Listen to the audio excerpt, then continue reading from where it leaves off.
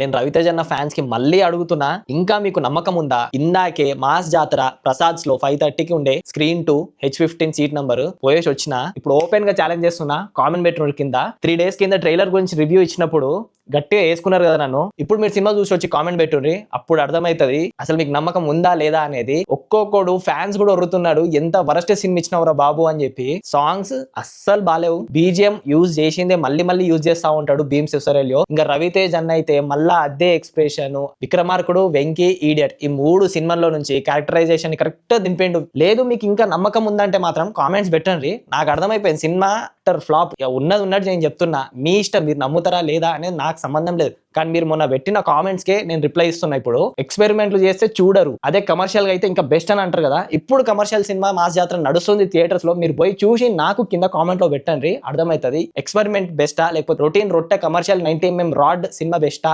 రవితేజ అన్న ఫ్యాన్స్ కి అనేది మీరే డిసైడ్ చేసుకోండి. స్టోరీ అయితే చాలా చాలా చాలా రొటీన్ ఉంటది. ఘాటి సినిమా చూసిండ్రు కదా, దాంట్లో శీలావతి, ఆ గంజాయి, ఆ స్టఫ్ మొత్తం ఉంటది కదా, దాని చుట్టే సినిమా మొత్తం తిరుగుతుంది. విలన్ గారు దానికోసం ఓ పరిగెత్తుతా ఉంటాడు, అసలు హీరోకి సంబంధం లేకుండా దాంట్లోకి వస్తాడు. ఎందుకు పెట్టిండ్రు, ఏం చేస్తున్నారు, ఎట్లా, అసలు ఏదైనా మినిమం అన్న కామన్ సెన్స్ ఉండాలి కదా తీసేటప్పుడు. ప్రొడ్యూసర్ కి ఇంత కూడా ఖర్చు కాలేదు.